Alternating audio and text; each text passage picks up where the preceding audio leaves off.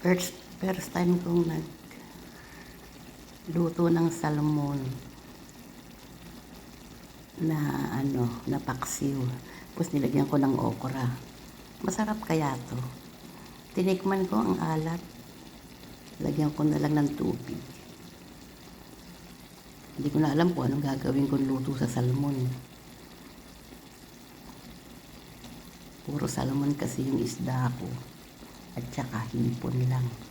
Siguro, pag namalengke ko, marami ng isdang dating. Yan ang aking lunch for today.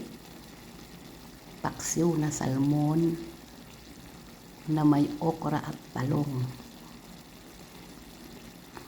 At saka brown rice.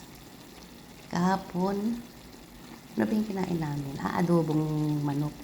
Meron kasing bisita eh. Pero yung adobong manok, ulam namin yun. Ang pagkain nila, siyempre Arabic food. Ngayon, magluluto pa rin ako ng pagkain nila. Pero inuna ko yun sa akin. Di ba? That's our lunch for today. Ako lang pala. That's my lunch for today. Tsaka brown rice. After nyan, magluluto na ako ng pagkain.